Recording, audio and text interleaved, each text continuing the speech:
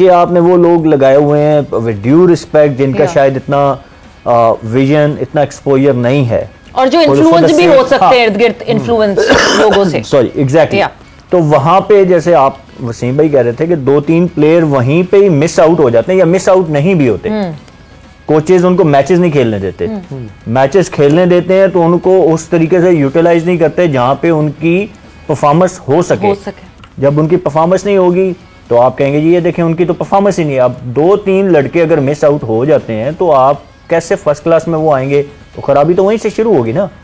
तो आपने ये चीजें नीचे से ठीक करनी है, नीचे से चीजें ठीक होंगी। बेस कैसे करनी है? देखिए हम बहुत आराम से कह रहे थे ये चीजें नीचे से ठीक करनी है, मतलब जिस तरह जो उमर ने एक पूरा एक सिलसिला बताया, जो हम मेरिट और नॉन मेरिट की बात करते हैं, इन्फ्लुएंस की बात, इन्फ्लुएंस तो टॉप लेवल पे भी चीफ सिलेक्टर के ऊपर इन्फ्लुएंस होता है। तो this is the environment, this is the Nations environment right now. देखिए हल इसका यही है कि आप बंदे वो लगाएं जो इन्फ्लुएंस ना लें, नीचे आप तगड़े बंदे लगाएं।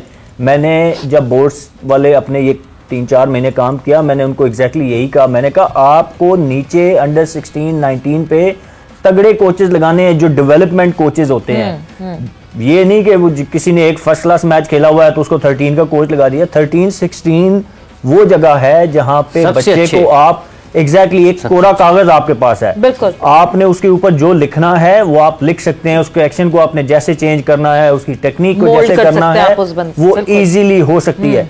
अगर वहां पे आप सही से बच्चे को रेडी नहीं करेंगे तो अंडर 19 के बाद बच्चे के एक्शंस को चेंज करना या किसी की भी बैटिंग टेक्निक्स, वो इट्स नॉट इजी।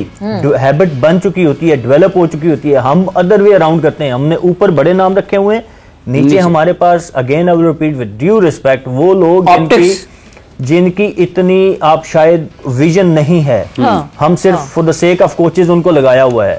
तो नीचे से जब प्रोडक्ट खराब होके ऊपर आएगी तो ऊपर वाले कोच ने क्या करना है? तो बड़े नाम जाएंगे नीचे, बड़े नाम भी तो नहीं जाते ना नीचे। They don't even want to go in that domestic जहां लाइमलाइट नहीं है। बिल्कुल भी। अभी मैं एक लिस्ट आपको शेयर करना चाह रहा था। मैं अभी कल देख रहा था जो ए टीम अनाउंस की है पाकिस्तान ने अभी रिसेंटली फॉर ऑस्ट्रेलिया, उस पे एक नाम उमर अमीन का है।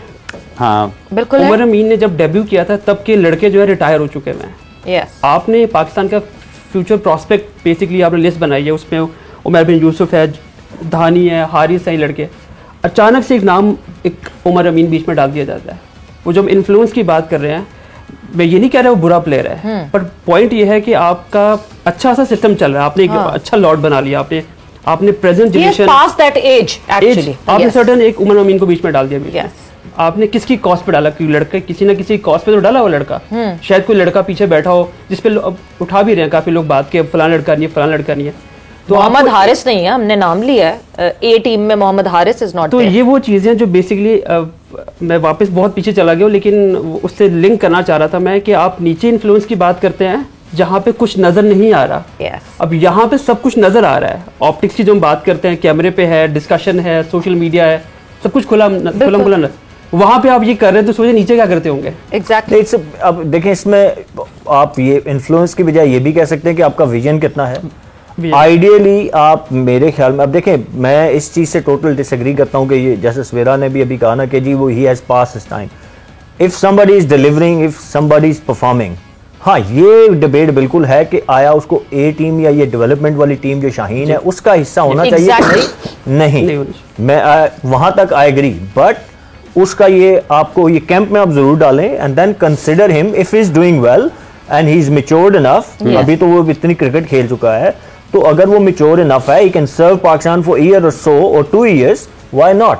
हाँ शाहीन में उसको डालना मतलब एक tried and tested player, we all know, हम सब जितने यहाँ बैठे हैं उमर अमीन को इन एंड आउट हम जानते हैं, उसकी क्या स्ट्रेंथ क्या सब कुछ पता है, ठीक है।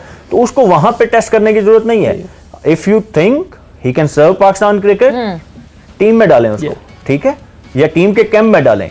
हाँ शाहीन पे भेजना गलत है, लेकिन साथ हम ये जो कर देते हैं ना कि he has passed his time. No, he has passed his age for being in Shaheen. Shaheen आप किस लिए, आपका कॉन्सेप्ट क्या है, डेवलपमेंट क्यों है development. Umar Amin is not in the age जहां पे आप उसको डेवलप करने की कोशिश करें।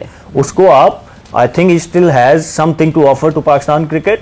उसको आप स्पेशली आप अगर मिडिल ऑर्डर में रखते हैं, being a left hand batsman, आप उसको, उसने ही हैज स्कोर्ड रन्स। ये नहीं कि मेरी पसंद है या वसीम भाई की पसंद है या किसी, पसंद नापसंद कोई नहीं होता, परफॉर्मेंस स्पीक्स। आप जो परफॉर्म करे he deserve to play। Domestic में he has been doing it on and on, वो तो है। वो चाहे 32 साल का है या 25 साल का है, regardless of his age, if Pakistan team needs someone और वो परफॉर्म कर रहा है, तो खाली नीड्स के ऊपर नहीं होता, परफॉर्मेंस के ऊपर होता है। परफॉर्मेंस अगर आप कर रहे हैं, it's your right as a player कि आपको वो हक आपका दिया जाए, वो चाहे कोई भी है। इट्स नॉट ओनली उमर अमीन, ये तो एक केस आ गया तो मैं नाम ले रहा हूँ। Anybody who is performing has the right to get a chance.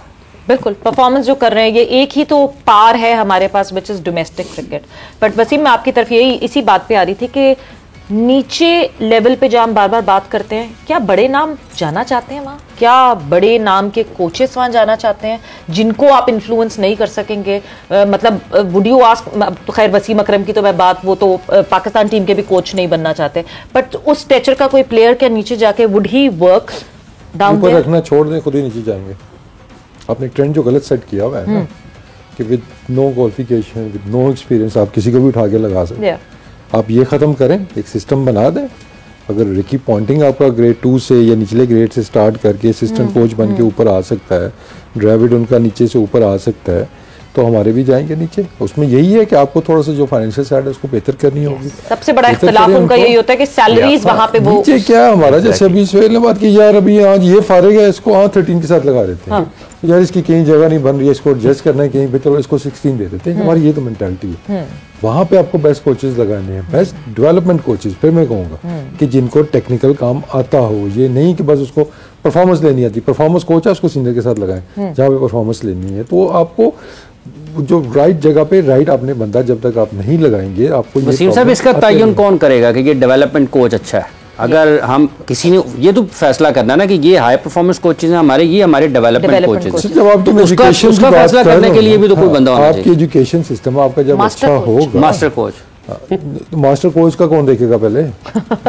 हर चीज ही तो आप है ना। मास्टर कोच भी ऐसे ऐसे हैं कि उनकी डिग्री आप चेक कराएंगे तो बड़े प्रॉब्लम आपको आ जाने उसमें भी।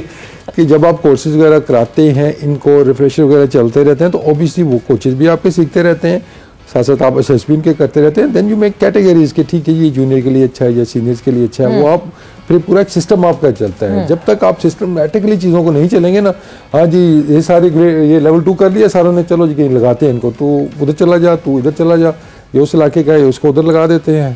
वो फलाने ने वहाँ के लिए वो कहा है, चलो इसको उधर लगा लेते हैं। हम ऐसे चलते हैं ना चीज़ों पर। आप जब वो मेरिट के ऊपर कि जहाँ जिसकी क्वालिफिकेशन है, जी हाँ जी अंडर 13 का अच्छा कोच बन सकता है, फास्ट बॉलिंग का अच्छा कोच बन सकता है, जो भी है, तो फिर आप उस हिसाब से उसका रीजन देखते हैं जी।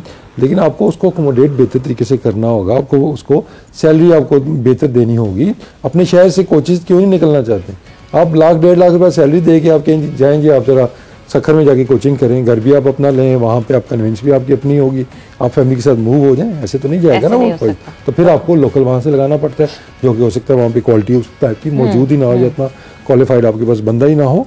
तो ये पूरा एक स्ट्रक्चर आपको एक बेहतर तरीके से करना होगा, इसको इंपॉर्टेंस देनी होगी, इन्वेस्टमेंट आपको इधर करनी होगी। आप यानी जो हम मुसलसल हम ऊपर उस पे देखते हैं, सेंट्रल कॉन्ट्रैक्ट्स बढ़ाए जा रहे हैं, बढ़ाई जा रही है सैलरी, बढ़ाई जा रही है, जो वहां बढ़ाई जा रही है, अब जरा वहां होल्ड करके हर बंदा जो है ना, फिर बात ऑप्टिक्स की आ जाती है। You know everybody wants to talk about Babar Azam, ठीक है ना, कोई नीचे बात करने नीचे आएगा। बाबर की जहाँ बात होगी ना, जो मीटिंग अभी भी हो रही, तो वहाँ पाकिस्तान टीम का ही फोकस है, ठीक है ना।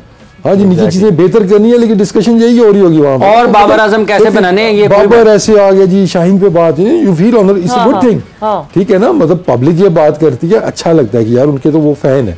हमारे जब तक ये फैन खत्म नहीं ना होंगे बोर्ड के अंदर, कि ये ऊपर वाला इनका नाम ले लेके हमने मीटिंग के अंदर भी बात करनी है, या इनको और हमने कैसे, भाई नीचे आप चीजें बेहतर करेंगे तो ये तो आपके पास आते जाएंगे। बहुत इंपॉर्टेंट चीज है कि पाकिस्तान क्रिकेट बोर्ड में जब तक वो फैंडम खत्म नहीं होगा ना, कि पास्ट में हमने देखा चेयरमैन भी जो है वो प्लेयर्स के बराबर ऐसे खड़े हुए थे जैसे वो फैंस थे, तो तब तक जो है हालात नहीं बदल सकते। वक्त ब्रेक का हुआ, ब्रेक पर जा रहे हैं, ब्रेक से वापस आएंगे, कॉन्वर्सेशन को आगे बढ़ाएंगे।